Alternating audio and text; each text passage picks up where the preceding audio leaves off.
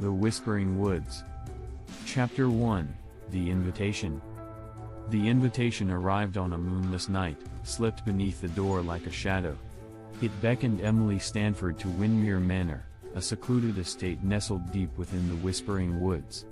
The ink on the parchment seemed to shimmer, as if alive with secrets waiting to be revealed. Emily hesitated, but curiosity tugged at her like a dark hand pulling her into the unknown.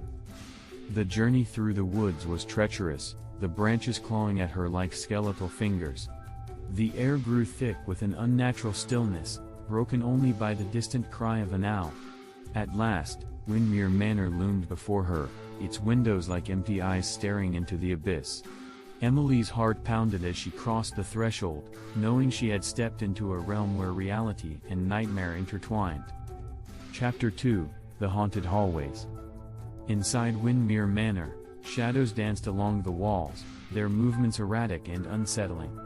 Emily navigated the labyrinthine corridors, each turn revealing another layer of the mansion's dark history. Dusty portraits stared down at her with accusing eyes, their faces twisted in perpetual agony. In the library, Emily discovered an ancient tome bound in cracked leather. Its pages whispered tales of a curse that had plagued Windmere Manor for centuries, a curse born of betrayal and bloodshed. The words seemed to writhe on the page, urging Emily to uncover the truth before it consumed her soul. Chapter 3. The Ghostly Presence. That night, as Emily lay in the guest bedroom, the silence was shattered by a mournful wail that echoed through the halls. She followed the sound to the attic, where a spectral figure awaited her, a woman in a tattered gown, her features obscured by shadows. "Help me," the ghostly apparition pleaded, her voice a whisper on the edge of perception. "They trapped me here, bound by the darkness that feeds on the living." Emily's blood ran cold as she listened to the woman's tale of betrayal and revenge. She vowed to free the spirit from its eternal torment, even as she felt the malevolent presence lurking in the shadows, watching and waiting. Chapter 4. The Unraveling. Armed with newfound resolve, Emily delved deeper into Windmere Manor's haunted past. She uncovered hidden passages that led to forgotten chambers filled with relics of unspeakable horror.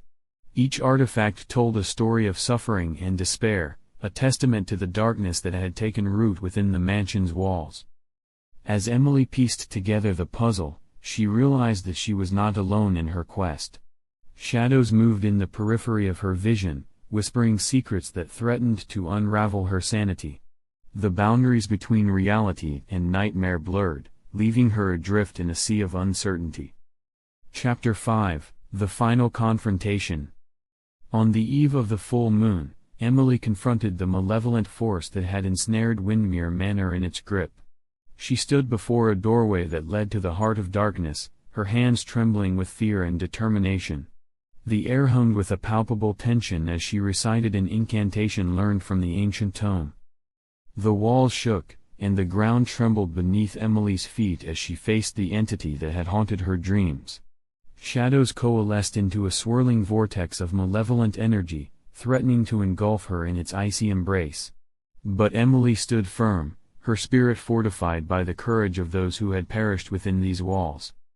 With a final cry, Emily banished the darkness from Windmere Manor, its tendrils retreating like a tide receding from the shore. As dawn broke over the Whispering Woods, the mansion stood silent and still, its secrets buried beneath layers of forgotten history. Emily emerged from the ordeal forever changed, haunted by the knowledge that some horrors could never be fully vanquished.